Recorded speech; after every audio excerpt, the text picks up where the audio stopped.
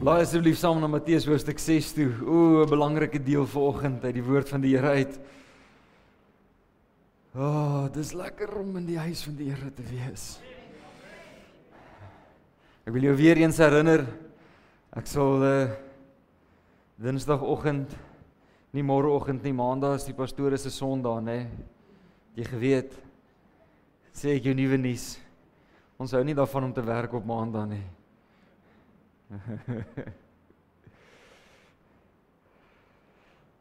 Maar Dinsdagoggend, as jy wil, jy kan hier wees, dan voel dit as die kerk heeltemal leeg is niks lekker sonder julle nie. Ek is bly jy's hier. Matteus hoofstuk 6 is 'n vervolging op die bergprediking. Jesus besig met hierdie wonderlike preek wat hy preek, die langste aaneenlopende lering wat ons van Jesus het, soveel waarhede rondom die koninkryk. Onder hierdie tema, so moet julle dan bid. Hoe moet ons bid, is 'n vraag wat ouer is as Christendom dit self. Jy sien, hulle word Christene genoem, eers later in Handelinge.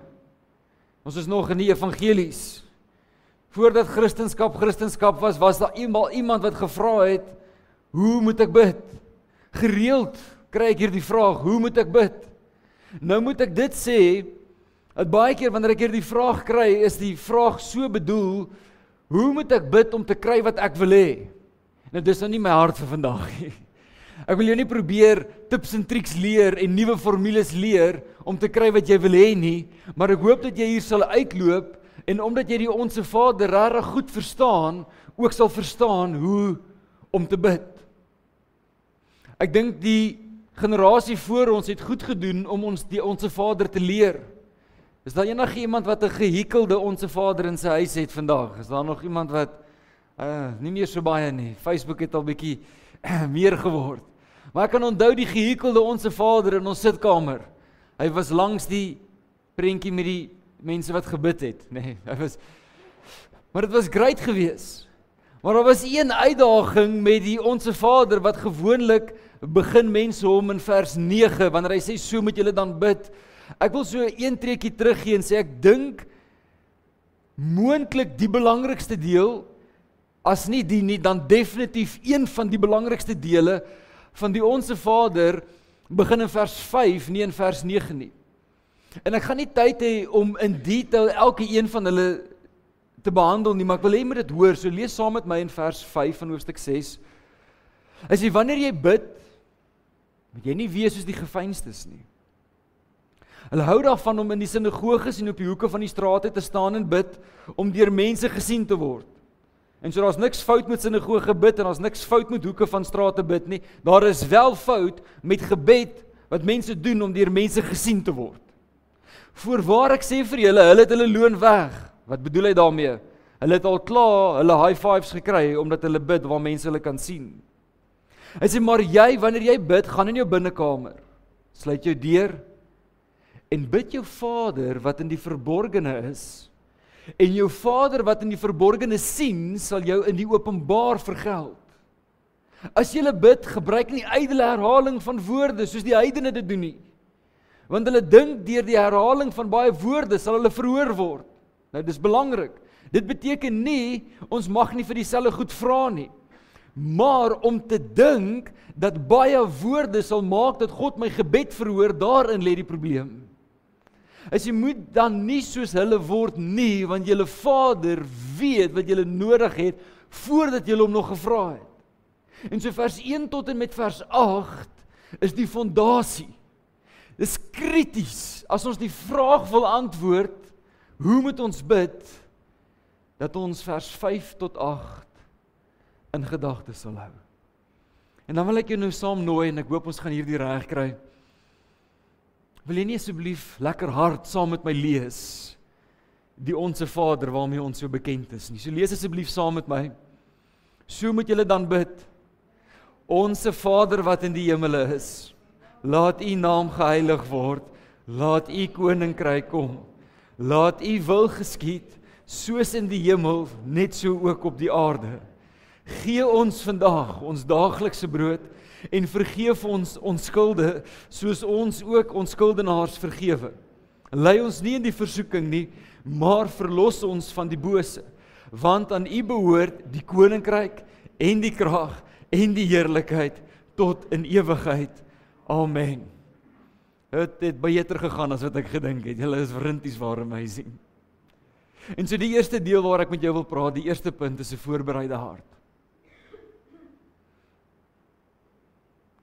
Ek wil klem daarop lê dat wanneer ons die vraag probeer antwoord, so moet jy bid, dat ons nie die verhoudingsaspek moet verloor van ons gebed nie. Ons word geroep om in verhouding met Vader te staan. Ekskuus. Hy noem ons sy bruid.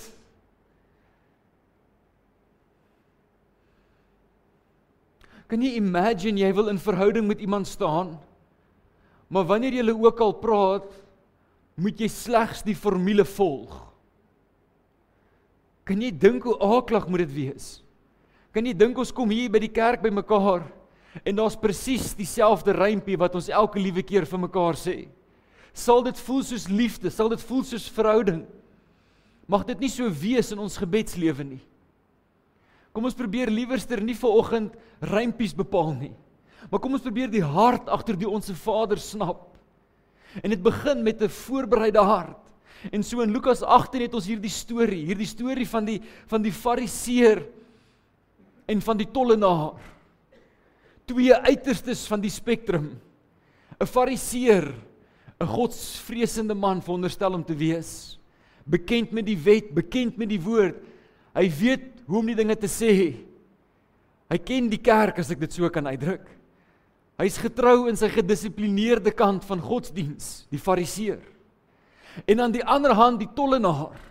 Maar in hierdie oomblik gebeur daar iets, 'n fout aan die fariseer se kant. Want die fariseer bid en in sy gebed sien hy die tollenaar daar een kant. En hy in sy gebed sê hy, Here, baie dankie dat ek nie so sleg is soos hy nie.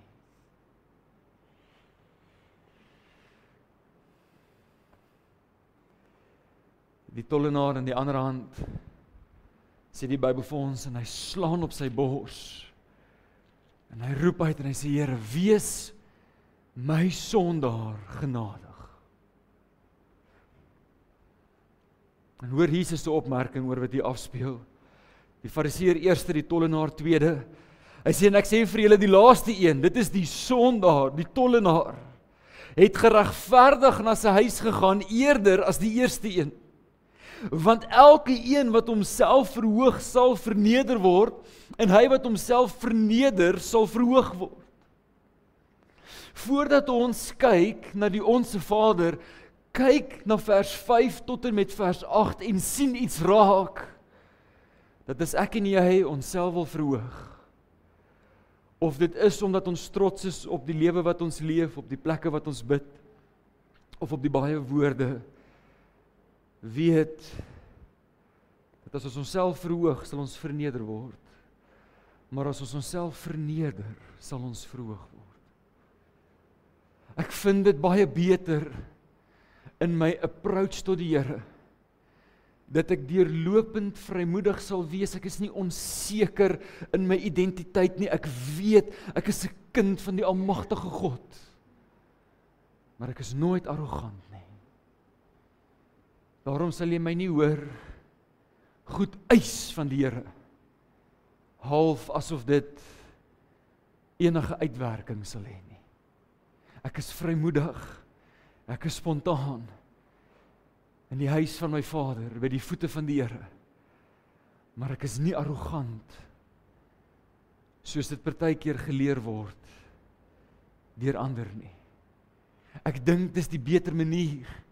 Oorweeg net vir 'n oomblik, as jy miskien die voorreg het om 'n kind te hê, as jou kind na jou toe sal kom, gestel jou kind stap in die sitkamer in, en hy sê, pa, ek weet ek is jou kind, en ek eis van jou 'n fiets, of 'n kar, en ek gaan dit nou, en ek neem dit, en ek claim dit, en ek frame dit, want dis myne. Wie van julle ouers sal graag vir daai kind 'n fiets of 'n kar gee? Maar 'n kind wat met selfvertroue kom en sê, pa, ek weet dat jy vir my lief is. Ek weet dat ek jou kind is. Ek weet, ons het al gepraat oor hierdie kar en hierdie fiets. Pa, is die tyd dalk reg? Wie van julle sal vir daai kind 'n kar of 'n fiets wil gee? Daar's 'n fyn lyn. Jy hoef nie 'n wurm mentaliteit te hê as jy bid nie. Maar daar's 'n fyn lyn. En so 'n voorbereide hart is vir my die beginpunt van goeie gebed, want dis waar ek sien Jesus begin. En so kom ons werk deur die stellings van die Onse Vader. In die eerste plek, let op, hoe begin hy wanneer hy sê Onse Vader? Hy sê nie die Vader nie. Hy sê nie 'n Vader nie, maar Onse Vader. Ek is hiervan oortuig dat die rede hoekom ons baie keer sukkel om te bid, is omdat ons sukkel om genuine te sê Onse Vader. Is omdat ons nog nie sy vaderhart ontdek het nie. Is omdat ons nog nie daardie oomblik in ons lewe gehad het waar ek hom leer ken as my pa nie, meer as ritme, rympie en vorm godsdiens. Verby die plek van voorgestel en aangeneem. Verby die plek van lidmaatskap by 'n kerk, na die hart van die Vader toe. Om te dink jy gaan 'n effektiewe en 'n wonderlike gebedslewe hê, maar jy weet nie hoe voel dit om uit jou hart uit te roep, Onse Vader nie. Weet ek nie of jy regtig sal uitkom by die plek waar jy behoort te wees nie. Onse Vader beteken Romeine 8:14 het gerealiseer. Want almal wat deur die Gees van God gelei word, die is kinders van God. Dis wanneer ek my kindskap verstaan. So wat beteken dit om deur die Gees van God gelei te word? Dit beteken in my elke dag wandel maak ek staat op die leiding van die Heilige Gees. Dis 'n ander manier van leef, is dit nie? In die een hand het ons my vleesmens, in die ander hand my geesmens. My vleesmens word kwaad, my vleesmens doen wat hy wil, wanneer hy wil, soos wat hy wil. My vleesmens kan maklik aanstoot neem. My vleesmens sê ek is nie die belangrikste persoon in die vertrek nie, dit gaan nie oor my nie. My geesmens sê ek is vergenoegd. Ek beywer my vir die volheid van dit wat die Here vir my instoor het. Word jy gelei deur die Gees van God, as jy kan ja antwoord, dan kan jy ook uitroep, Onse Vader. En glo ek, het jy die eerste stap geneem om ook te bid soos wat ons veronderstel is om te bid.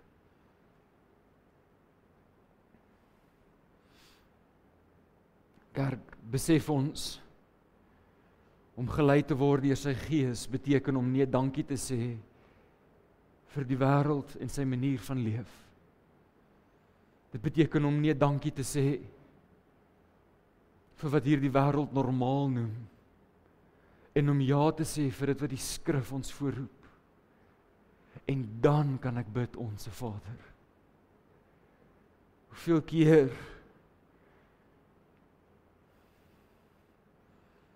keer het ek al gehuil saam met mense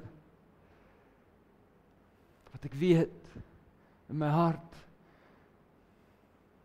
moedeloos is, op is, moeg is.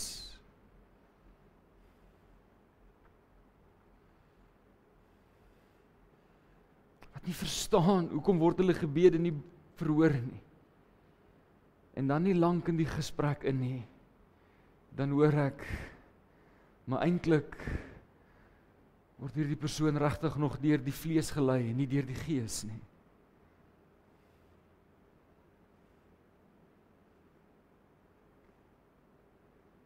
Dit moet nie ek en jy wees nie. Wanneer jy regtig die Here wil vertrou, wanneer jy die Here nommer 1 wil maak, wanneer jy wil uitroep, Onse Vader, maak seker jy leef 'n lewe wat deur die Gees gelei word. Die tweede een wat hy sê, Onse Vader wat in die hemel is, laat U naam geheilig word. 'n vreemde stelling in 'n sekere sin.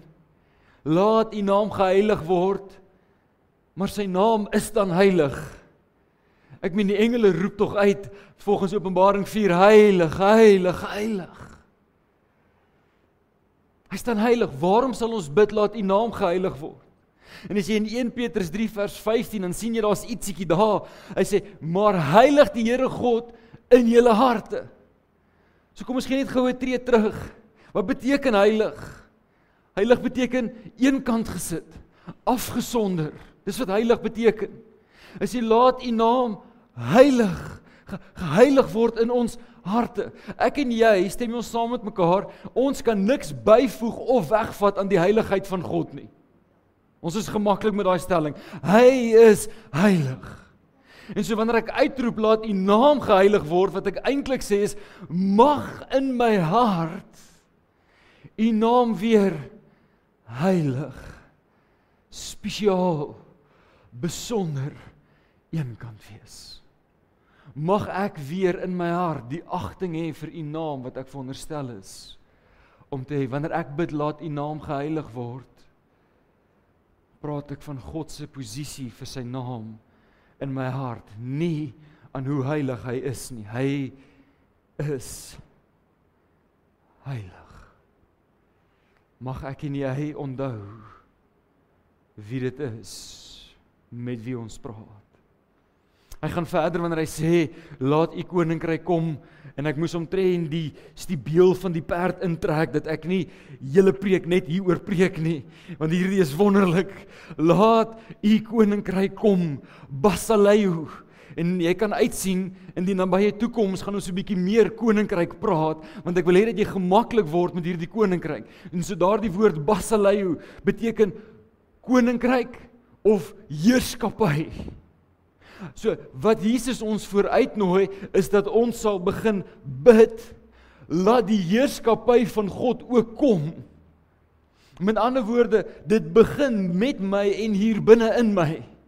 Hoe meer ek onder die heerskappy van God staan, hoe meer het sy koninkryk gekom. Ek het gehoop julle sal meer opgewonde wees as dit. Die koninkryk van die hemele is nie net vir eendag nie. Weet jy hoe cool is dit? Ons word nie net geroep om gered te word, sodat ons dit net kan maak tot in die hemel nie. Ons redeneer partykeer oor ons Christendom soos 'n hoërskoolseun redeneer oor wiskunde. As hy enigstens iets meer as 33,5% het, het hy oorpresteer. Ons gaan nie daarvoor om dit net, ons wil nie so net tot in die hemel inskuur nie. Dis nie die plan nie. Dis nie wat dit is om sy koninkryk te laat kom nie. Wanneer hy sê, roep uit, laat U koninkryk kom, wat ons ook sê, is mag my lewe getuig dat U regtig regeer. So besef jy, wanneer ek angstig en bekommerd is, getuig ek nie van die koninkryk van God nie.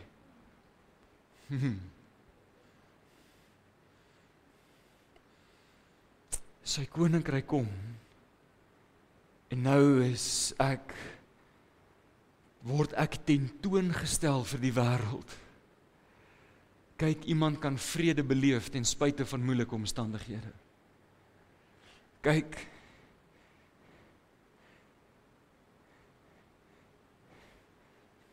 die koninkryk kom wanneer vrouens hulle mans lief hê wat nie hulle liefde verdien nie. Die koninkryk kom wanneer mans mooi kyk na hulle vrouens in die oomblikke wat hulle dit dalk nie verdien nie. Wanneer kinders na hulle ouers luister en wanneer ouers genuine geliefd voel, al daai goed is sy koninkryk wat kom. Dis nie die enigste nie. Ons gaan nog baie lekker oor dit kuier. Maar dis wat ons roep wanneer ons sê laat die koninkryk kom. Ons meer onder sy heerskappy, Matteus 7:21. Nie elkeen wat vir my sê Here, Here sal ingaan in die koninkryk van die hemele nie. Daai koninkryk Basaleu, sy heerskappy. Maar hy wat die wil doen van my Vader wat in die hemele is. Wil jy meer sien van sy koninkryks heerskappy? Doen die wil van die Vader.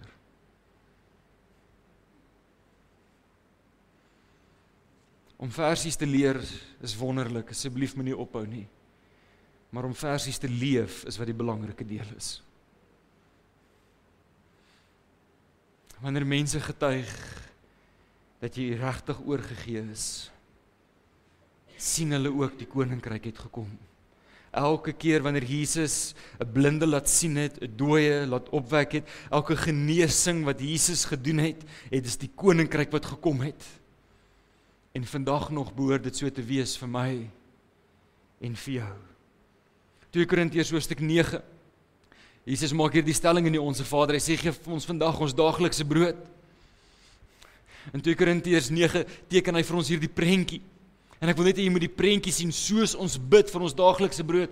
Kan julle nog oké lees daar, want ek sien is so 'n bietjie klein. Is dit te klein? Help my vir die volgende keer. Julle kan jy Eben, kan jy lees, ou? As jy kan lees, dan kan jy nie lees in elk geval nie. Kort jou bril. Ons gaan nou vir jou bid.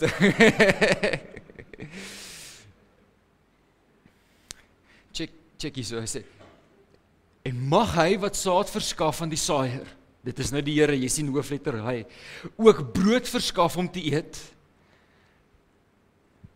ons daaglikse brood, en julle saad vermeerder, en die vrug van julle geregtigheid laat toeneem, sodat julle in alles ryk kan word, tot milddadigheid wat danksegging aan God deur ons bewerk.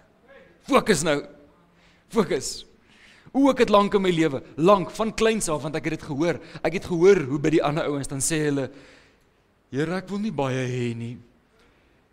Ek wil net genoeg hê. Bekeer jou.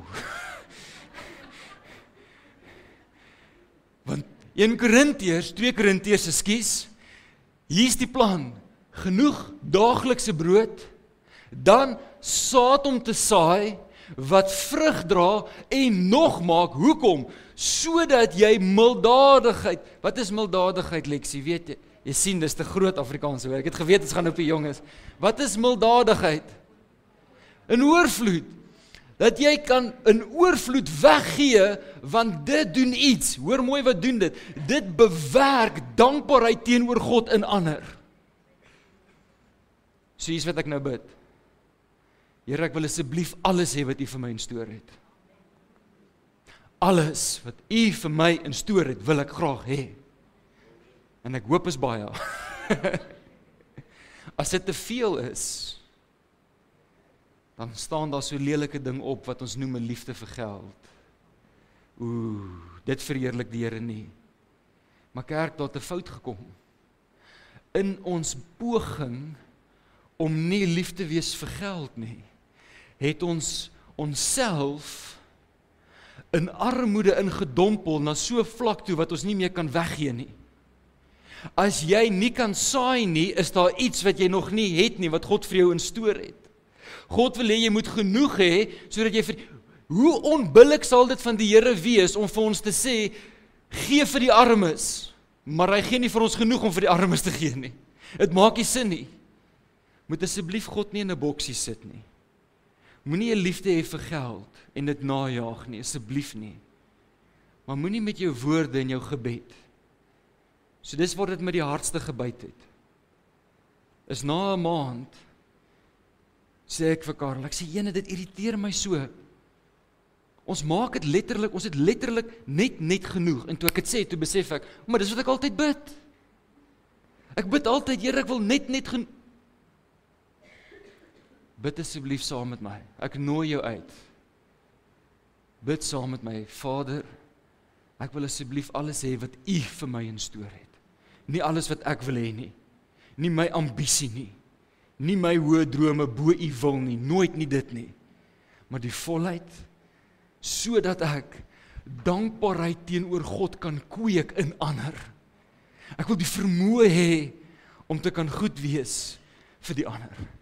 Let asseblief net ook dat Jesus nooi ons nie uit om te bid vir ons maandelikse brood nie, asseblief.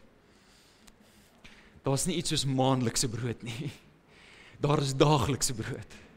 Daar is seisoene in ons lewens wat ons dag vir dag uit die hand van die Here moet leef. As jy in so 'n seisoen is, wil ek jou aanmoedig. Leef voluit. Leef voluit. Moenie vandag mis, omdat jy môre bekommer is oor die einde van die maand nie. Leef vandag vir vandag, om ook te ontvang vandag jou daaglikse brood.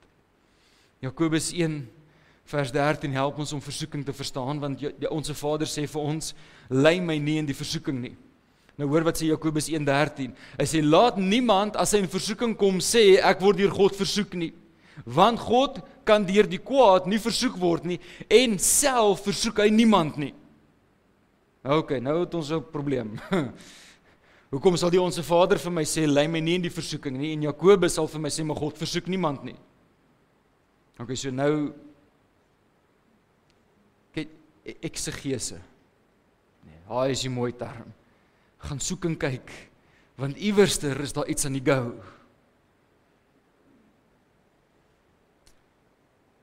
Wanneer Jesus bid, en hy sê, lei my nie in die versoeking nie, wat hy bedoel, is Vader, help my, dat ek nie in die versoeking kom nie. Daarom sê hy die tweede gedeelte, verlos my van die bose. In erkenning, dis die bose wat ons versoek. Besef ons dat God wil nie die lewe vir ons onnodig moeilik maak nie. Die idee dat God mense versoek, is die idee dat God maak dit vir mense onnodig moeilik. Nee. So, Jakobus 1 sê ook, daar is iets soos beproewing. Dis moeilike oomblikke, wanneer ek voor 'n besluit moet, ons noem dit in die Afrikaanse taal 'n toets. En dan sê ons dit so, ons sê, jy moet maar liewers die toets slaag, anders dan gaan jy aanhou om die toets te skryf. Ok? En so, ons word nie aangemoedig om te bid, Here, moet my nie toets nie. Inteendeel, Dawid vra, Here, asseblief toets my hart. Wanneer ons sê, Here, lei my nie in die versoeking nie. Wat ons daarmee sê is, verlos my van die bose. Vader, help my dat ek nie in die versoeking val nie. Moenie dat ek die leuns van die vyand glo nie. Spreuke sê dit baie duidelik. Ekskuus, hy sê, hy wat vinnig wil ryk word, val in allerhande versoekinge, in allerhande traps. Dit is waarvan hy praat. Lei my nie in die versoeking nie, moenie dat ek myself op 'n plek sit, waar ek versoek kan word nie. En ek kan nou lank nog daaroor gesels, maar ek hoop julle vang die hart. Moet asseblief nie die onse Vader gebruik, om te sê die Here loop en versoek mense nie. Jakobus maak dit duidelik. Ons dien nie 'n God, wat die lewe vir ons onnodig moeilik probeer maak nie. As dit vir jou moeilik is, gesels nog met my so 'n bietjie daaroor. Ek wil begin klaarmaak, en ek wil hierdie deel aanhaak by die nagmaal wat ons nou gaan bedien.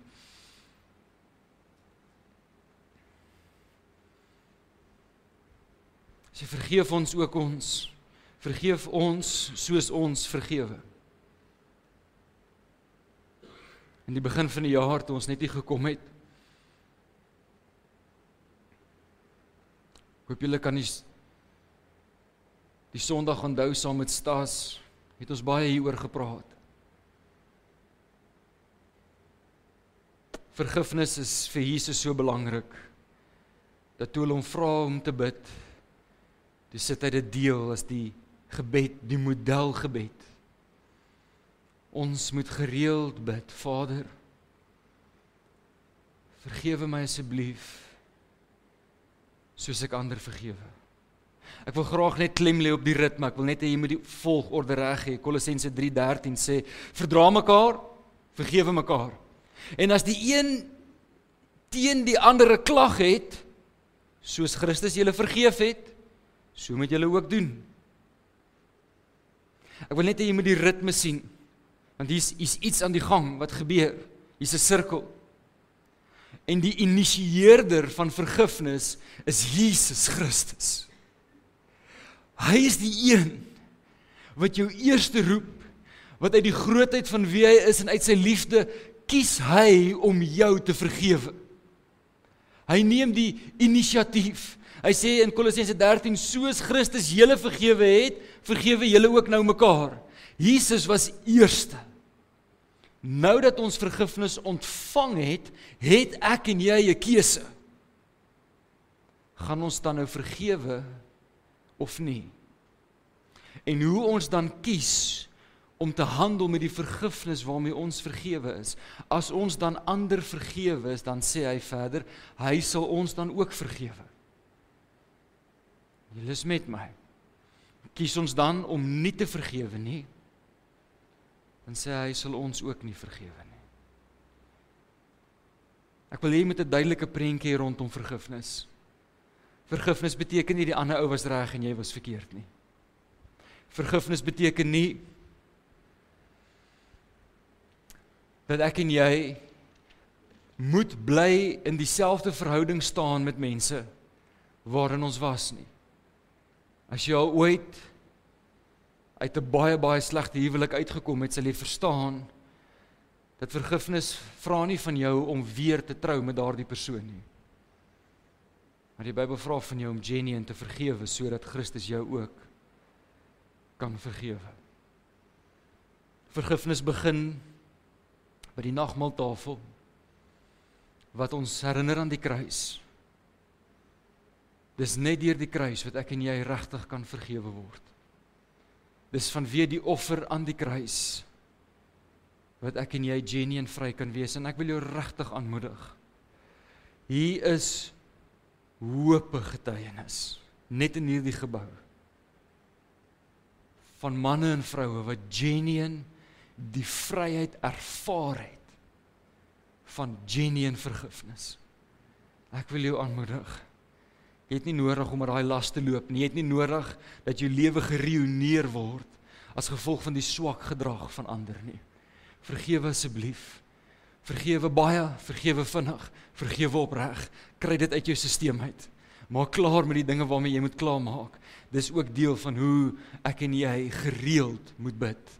In die modelgebed, onthou om te vergewe. En ek maak klaar hiermee, net hierdie stelling.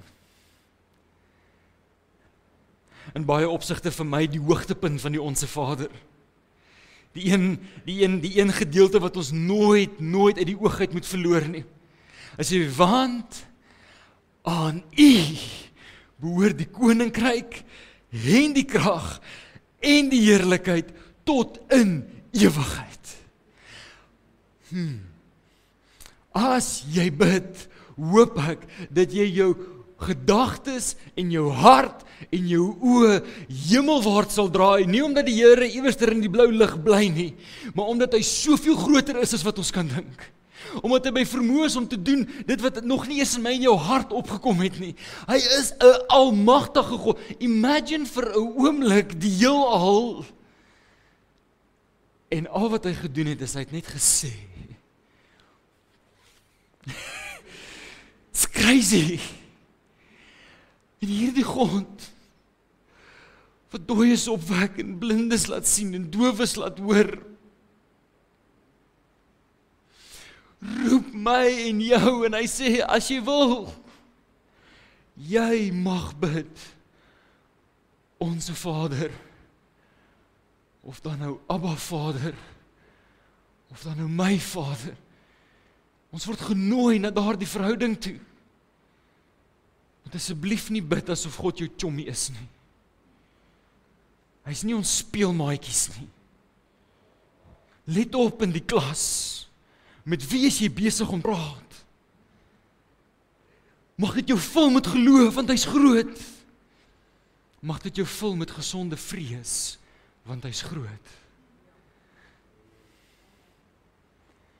Dis wonderlik om in die Pinkster denominasie te wees. O, dis wonderlik. Ja, wat vanoggend gebeur het, ek is so dankbaar, Petrus, om jou aan. Dankie dat jy 'n instrument in die hand van die Here is. Maar in die gemaklikheid van Pinkster, vermoed ek, ons het dalk iets van ons vrees vir die Here verloor. Kom ons hou nie op om gemaklik te wees nie, maar kom ons onthou met wie is ons besig. Hy is die groot ek is. Hy het Israel gelei deur die woestyn, elke dag vir hulle kos gegee. Toe sy naam belaster word deur 'n reus wat onverslaanbaar lyk, toe is dit God wat iemand oprig om hom te verslaan. Ons land het eintlik net een hoop. En sy naam is Jesus.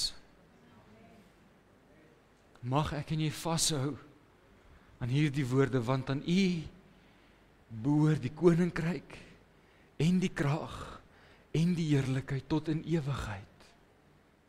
Amen.